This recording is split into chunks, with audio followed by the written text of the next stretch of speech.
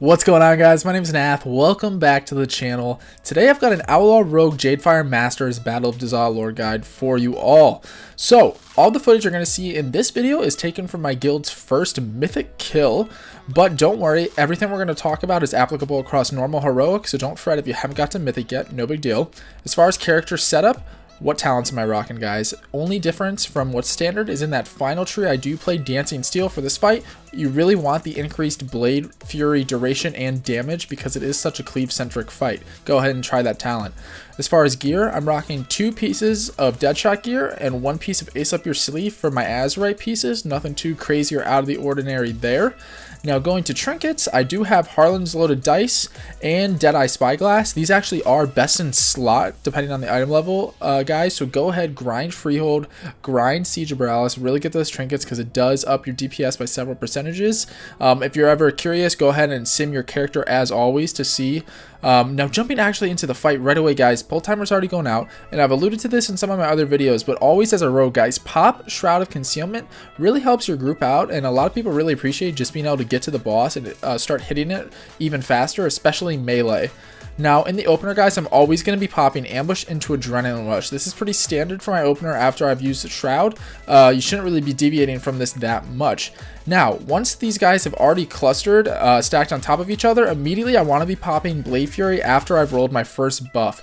I get a ton of questions, guys, about Blade Fury use or Roll the Bones usage during Blade Fury. It's always better to roll your buff before you pop Blade Fury, but if you get into a situation where your buff expires while Blade Fury is still active and you have a pretty decent duration left with a lot of adds you're hitting, go ahead, re-roll. It's not a huge deal. Now right here, now that they've moved, I am already just popping Blade Fury again. Now we're going to be transported up top, guys. This is multi-sided strike. This is really prevalent in Mythic, not as much in normal heroic, but the way this works is you get transported up to this platform and you have to face your camera towards these spirits as they spawn, or else they're going to strike through you and do a bunch of damage. The way I think that's easiest, guys, is just hold right mouse button and move your mouse like this. I think it's just kind of easy to do. So well done. Now I've transported back down, and there's actually these magma traps on the ground here, guys. I went out before I went upstairs to multi-sided strike, and I want to be clearing these with cloak because otherwise, if other members of my raid step through, they're going to get floated up into the air, and unless they get gripped or levitated or slow fall down, they are going to die. So I'm going to go ahead, pop cloak, and use my sprint to get through these to clear them for my raid. This is a huge utility thing you can provide as rogue, guys, so always encourage you to use this whenever possible off cooldown. So I'm going to go ahead, pop cloak, pop sprint, and I even get this clutch quick scope grapple onto that third one. So now the floor is completely clear and we can just continue going on. I've rolled another buff, Grand Melee here, guys. That's really good, especially if I'm doing Blade Fury. So I'm going to go ahead. The Spirits of Zwen have come out at this point. Now these can be stunned and should be stunned. You can actually use your Between the Eyes here, guys, but I would encourage you not to do that until they've stacked on your group, or otherwise it's going to be kind of hard to get them all down at the same time. Now we've transitioned over to the Living Bomb. This does have this explosive charge coming up, and I do want to feint this before the cast comes out. 40% reduced damage, guys. Whenever you can take this, do it. Anything you can do to make your healers' lives a little easier and their job less stressful, always huge. Now, I talk about this in some of my other videos, guys, but whenever you're navigating big fights like this, you saw me just grapple to the second Living Bomb. Always, always, always, guys, make smart usage of your cooldown abilities no matter what fight you're doing. So don't be loosey-goosey and throwing out sprint and throwing out grapple unless you really have to or you're during a transition period.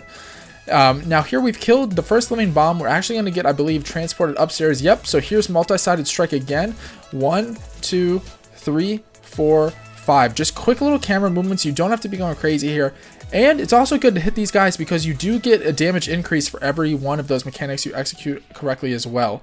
So now we transitioned on to this final Living Bomb here. I did pop Adrenaline Rush because I shouldn't really be holding that at this point in the fight. The Spirits of Zwen come in. I have Adrenaline Rush. I have 2 buffs. I'm popping Blade Fury. This is a really, really good cleave opportunity, guys. Here's a perfect example.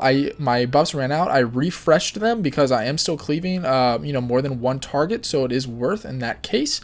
Now the Pyroblast guy has teleported over. The monk is going to follow him soon, so boom, I've popped Blade Fury again.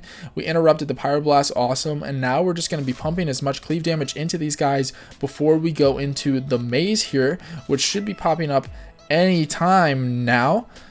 Here it comes, here it comes, here it comes. And maze, there it is, beautiful. So guys, you should bring a lock to your group because this right here, this portal is clutch and saves you a lot of time running through these. You could actually cloak here, but it is always better to save that for the magma traps. Here you can actually see I clipped one of the edge there and I kind of got ping-ponged around a little bit, but not a huge deal. So we're onto the barrier wall, and all of these walls, these little orbs share a health pool. But you can see here, I want to be popping Blade Fury, but not until my paladin buddy here has actually put this orb in. So you can see him, boom, he pops the orb in. Now I'm popping Blade Fury because before that orb wasn't actually active as a target. So if I had popped Blade Fury preemptively, I would have just missed a lot of cleave opportunity. And I would actually just be diminishing returns on that Blade Fury uptime. Don't want to have to be using a global to refresh that since it expired, etc, etc. So always be making sure during this fight to make smart uses of that Blade Fury. You don't want to be popping that when you're only hitting one target. So here you do see me, I do have Adrenaline Rush back up, but I am going to hold that because I know this multi-sided strike's coming out. I know we're going to be heroing here in a little bit, and this is actually, I believe, the last multi-sided strike you'll see in the video. And I do have Cloak back up, so what do, guys? I pop Cloak, I run through all these to clear this for my team, and now we've just transitioned back to hitting the boss. Here you can see me, I'm really trying to get a good roll. Boom, I got double buffs right in time for the hero, right in time for me to pop that Adrenaline Rush, and now this is when I should just be pumping my cleave damage here, guys. So whenever Blade Fury is up and you have good buffs, you should just be working through your normal Outlaw rotation. So between the eyes over re-rolling, dispatch after between the eyes is on cooldown, etc, etc. Nothing too crazy going on at this stage of the fight.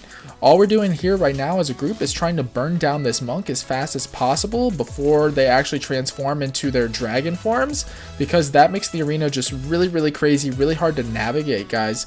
So we will be getting her down here shortly after she does transform. Ideally we would have killed her before the transform came out, but not a big deal. This was our first time actually making it this far in the fight, so this is the first time you know, we were able to do it. Next time we know just to save a little more DPS for this portion. So the monk goes down here, and now all we're doing is tank and spanking the final mage here, so nothing too crazy at this point, guys. I'm actually going to go ahead and cut the rest of this portion out.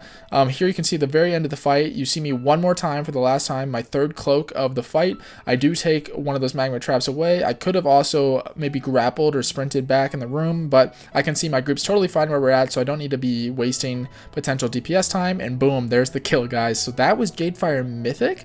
Let me know if this kind of little breakdown or you know, tips and tricks helps you guys out when you navigate these fights as an Outlaw Rogue. Please feel free to leave me any comments or questions in the comment section below. I'll get back to you guys right away. And thank you guys so much on all the support and love you've shown all my videos, especially the Outlaw Rotation Guide video, guys. You have shown so much love and so much appreciation, and I, you know, can't really fathom or put into words how awesome and how much that means to me. So I really appreciate all your feedback, guys, and please reach out if you have any questions. That's gonna do it for this guide, and I'll see you in the next video, guys. Thanks so much.